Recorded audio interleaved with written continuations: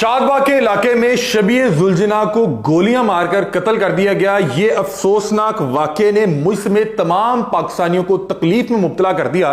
आज के इस व्लॉग में इस अफसोसनाक वाकये के हवाले से तमाम तर तफसीलात आप तक पहुंचाएंगे कि क्या यह कोई जाती रंजिश और कोई दुश्मनी का मामला था या किसी ने मजहबी मुनाफरत को हवा देने के लिए शरारतन ये सब किया। तो बहरहाल बाकायदा तौर पे व्लॉग का आगाज करते हैं। नाज़रीन, कल जब मुझ तक ये खबर पहुंची कि शादबाग के इलाके में बीच रोड पर एक शबीए जुलजना पर कातलाना हमला हुआ, जिसके नतीजे में वो मौके पर दम तोड़ गए और साथ जो शबीए जुलजना के सईस मौजूद था उसको शदीद जख्मी हालत में अस्पताल मुंतकिल किया गया। नाज़रीन, बतौर पाकिस्तानी मेरा फर्ज बनता है कि पाकिस्तान में बसने वाले हर शहरी का जो भी मकतबा फिक्र है, जो भी स्कूल ऑफ थॉट है, जो भी उसके नजरियात है, जो भी अकीदे हैं, मुझे उसका एहतराम करना चाहिए। आपको पता है कि जुलजना पाकिस्तान में बसने वाले लाखों करोड़ों लोगों के लिए एक अकीदत है जुलजना के साथ, और यह अकीदत इसलिए है कि जुलजना नबी करीम सल्लल्लाहु अलैहि वसल्लम का घोड़ा था, जो आप सल्लल्लाहु अलैहि वसल्लम से होता हुआ हजरत अली तक आया और फिर हजरत अली से हजरत इमाम हुसैन अलैहिस्सलाम तक पहुंचा। और उसके बाद इस घोड़े ने जिस तरह से मैदान करबला में इमाम का साथ दिया, जिस बहादुरी से, जिस वफादारी से इमाम के साथ रहा, तो इसने लोगों के दिल में घर कर दिया और लोगों के दिल में इसके लिए अकीदत आ गई। इस वाक़े के हवाले से फौरी तौर पे तहकीक करना और तफसीलात इकट्ठी करना मेरे लिए इसलिए भी जरूरी हो गया था कि मुझे यह चीज अंदर से खाई जा रही थी कि क्या कोई शख्स इतना भी बदबख्त हो सकता है कि मजहबी मुनाफरत या अपने जाती मकासद को पूरा करने के लिए किसी ऐसी चीज को टारगेट करे जिससे लोगों में जो है अफसोस की लहर फैले और लोगों के जज्बात और मोहब्बत और अकीदत उसके साथ जुड़ी हो। तो मैंने फौरी तौर पे अपने सोर्सेज और अहले इलाका जो वहां पे लोग मौजूद थे उनसे राब्ता कायम किया और उनसे पूछा ये क्या मामला है। तो तमाम तर तफसीलात कुछ इस तरह से है कि लाहौर के इलाके शादबाग में भगतपुरा है, जहां पर यह अफसोसनाक वाकया पेश आया।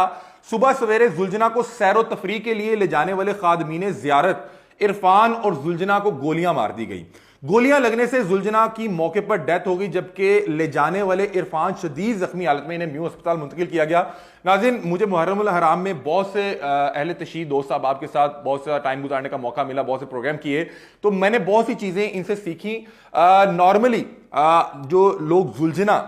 रखते हैं अपने घर, उसकी खिदमत करते हैं, तो होता यूं है कि जुलजना के साथ एक शख्स 24 घंटे के लिए लगा दिया जाता है, उसको सही कहा जाता है। वो जुलजना की तमाम तर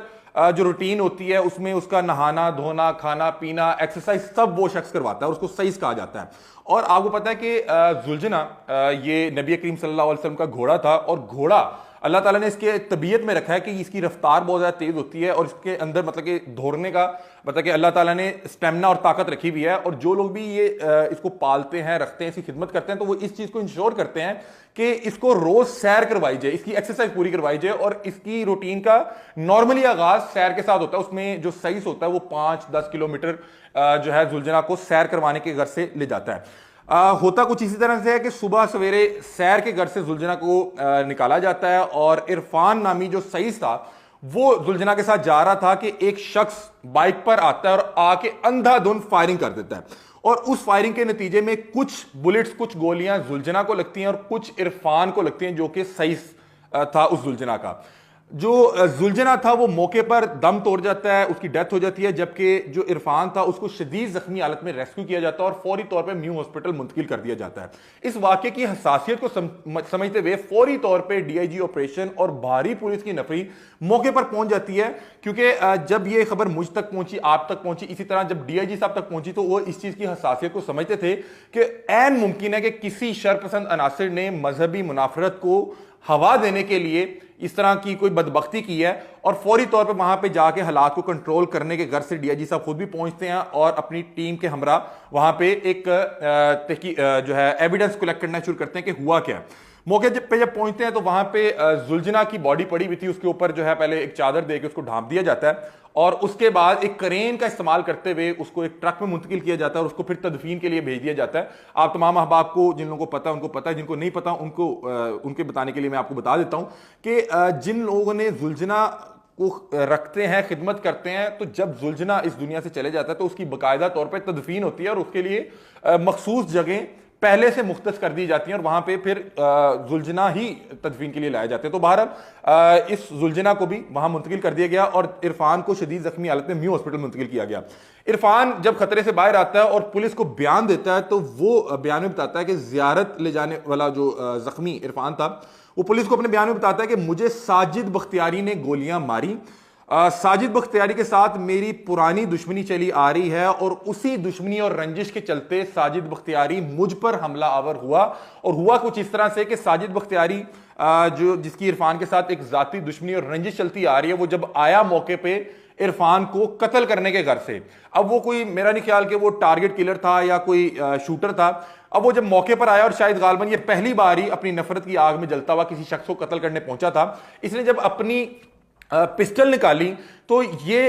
उस जगह का प्रेशर इसे कंट्रोल नहीं हुआ और ये बौंदल गया और इसने अंधाधुंध फायरिंग की, जिसके नतीजे में इसका अपना भी जो कंट्रोल था वो वेपन पे नहीं रहा और उसकी गोलियां जब चली तो वो कुछ जाके जुलझना को लगी और कुछ जो है इरफान को लगी। और मैंने इस पर मजीद भी तहकीकात की तो मुझे ये पता लगा कि ये वाकयातन जाती रंजिश का मामला था और वो इरफान को कत्ल करने के घर से आया था और उससे इरफान को कत्ल करने के दौरान वेपन पे कंट्रोल नहीं रहा और वो कुछ गोलियां जाके जुलझना को लगी और जिसके नतीजे में जुलझना मौके पर ही दम तोड़ गया। अब मुझे बहरहाल ये तस्दीक करने के बाद किसी हद तक मेरी जो तकलीफ थी उसमें कहीं ना कहीं कमी रिलीफ ये सोचकर आया, क्योंकि मैं इस हवाले से बड़ा परेशान था और बड़ा मुझे ये मामला हसास नौयत का इसलिए लग रहा था कि अल्लाह ना करे किसी शैतान ने, किसी शरपसंद अनासिर ने मजहबी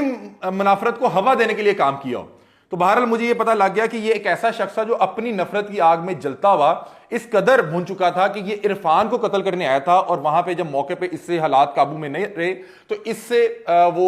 जो वेपन था कंट्रोल में ना रहा और उससे जुलझना की डेथ हो गई। बहरहाल अब फौरी तौर पे डीआईजी ऑपरेशन जो मौके पर गए थे और जो पुलिस की भारी नफरी थी उसने मौके से सबूत इकट्ठे करके सीसीटीवी कैमरास और सेफ सिटी कैमरास की मदद से उस बदबख्त इंसान साजिद बख्तियारी की तलाश शुरू कर दी है। बताया जा रहा है कि साजिद बख्तियारी इस्लामपुरा का रिहायशी है और अब इस पूरे वाकये को और इस पूरे वाकये की हसासियत को समझते हुए इसको फौरी तौर पे गिरफ्तार करने के लिए जो है इकदाम किए जा रहे हैं। और मैं आपको ये शर्तिया कह सकता हूं कि जब मैं ये व्लॉग रिकॉर्ड कर रहा हूं या तो वो गिरफ्तार हो चुका है या अगले चंद घंटों में गिरफ्तार हो जाएगा, क्योंकि आपको पता है पूरे पाकिस्तान में इस तरह के मामला चल रहे हैं। बहुत से इलाके हैं जहां पे इस तरह की जो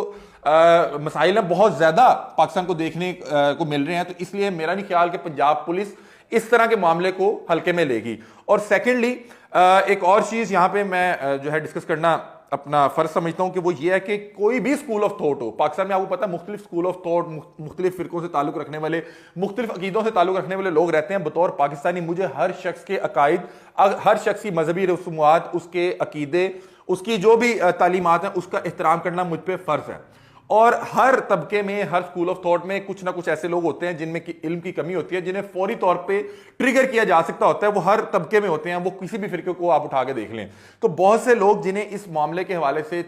इल्म नहीं है कि इसके पीछे असल हकीकत क्या थी, वो इसको और चीजों के साथ कनेक्ट करके और तरह की नफरत फैला रहे हैं। तो मुझे इस हवाले से पंजाब पुलिस की एक तो परफॉर्मेंस को मैं सराहूंगा कि जिस तरह फौरी तौर पे इन्होंने वहां पे जाके हालात को कंट्रोल किया। दूसरा, इन्हें इस एंगल पे भी काम करने की जरूरत है जो इस जुलझना की तस्वीर लगा के इसको और रंग देने की कोशिश कर रहे हैं, क्योंकि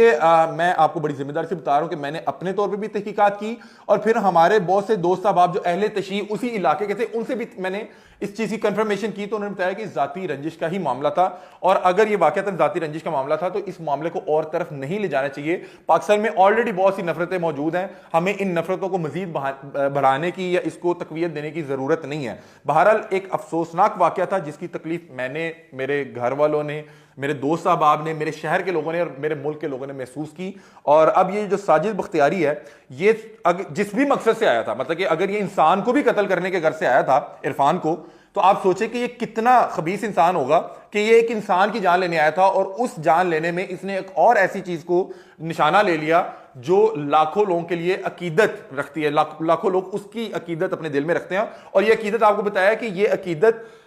इसलिए है कि आप सल्लल्लाहु अलैहि वसल्लम का जो है ये सवारी थी, आप सल्लल्लाहु अलैहि वसल्लम का घोड़ा था जो आप सल्लल्लाहु अलैहि वसल्लम से होते हुए हज़रत अली तक पहुंचा और फिर इमाम हुसैन अलैहिस्सलाम के साथ जिस तरह इसने वफादारी की और जिस शुजात के साथ ये मैदान करबला में डटा रहा, उसकी वजह से लाखों लोग, करोड़ों लोग इसकी अकीदत अपने दिल में रखते हैं। तो ये तमाम तर तफसीलात थी इस वाक़े के हवाले से मैं रब्ता करने की कोशिश कर रहा था कि जिस फैमिली ने इस जुल्जना को जो है वो रखा हुआ था, उनसे जिस हवेली में था, अभी तक मेरा उनसे रब्ता नहीं हुआ। मजीद इस हवाले से कोई भी डेवलपमेंट होगी, कोई भी इस हवाले से मुझ तक कोई इंपॉर्टेंट इंफॉर्मेशन पहुंचेगी तो इंशाल्लाह वो भी आपके सामने रखेंगे। ये अब तक की तमाम तर तफसीलात थी और ये आप तक इंफॉर्मेशन पहुंचाना इसलिए भी जरूरी था कि आधी इंफॉर्मेशन ज्यादा खतरनाक होती है। सिर्फ ये आप तक इंफॉर्मेशन पहुंच जाना कि एक जुल्जना को गोलियां मारकर कत्ल कर दिया गया, ये किसी भी शख्स, वो कोई किसी भी फिरके से हो, वो अहले तशी हो ना हो, वो कोई और फिरके से भी ताल्लुक रखता हो, उसके लिए भी तकलीफ का बायस बनती है। तो बहरहाल इसलिए हमें बतौर पाकिस्तानी हर शख्स के कायद उसकी जो भी सोच है, उसके जो भी नजरियात हैं, उसका एहतराम करना हम पे फर्ज है। और अगर ये शख्स ने जाने में गलती से किया या इसका मकसद जो भी था, इसने जो है प्लानिंग करके किया, इस शख्स को अब इसकी सजा देनी चाहिए और इसको कैफे किरदार तक पहुंचा के इसको निशाने इबरत बनाना चाहिए, ताकि कल को कोई शख्स अपने किसी जाती मकसद के लिए कोई ऐसी बदबख्ती ना कर दे जो लाखों लोगों के जो है दिल आजारी का बायस बने और फिर एक और तरह की जो है मसाइल शुरू हो जाएं, जिससे हम अभी 70 साल से जूझ रहे हैं। और इस तरह में अल्लाह ना करे कि इसमें कोई मजीद जो है वो ये चीजें बढ़े। अल्लाह करे कि हम इन चीजों से निकलकर एक बेहतर मुसलमान, एक बेहतर शहरी, एक बेहतर पाकिस्तानी बनकर जो है इस मुल्क को और तरक्कियों की तरफ लेके जाएं। ये तमाम तफसीलात थी, अपनी राय से आप भी हमें आगाह कीजिएगा। तब तक के लिए अपने मेजबान अली हमजा को दीजिए इजाजत। अल्लाह हाफिज।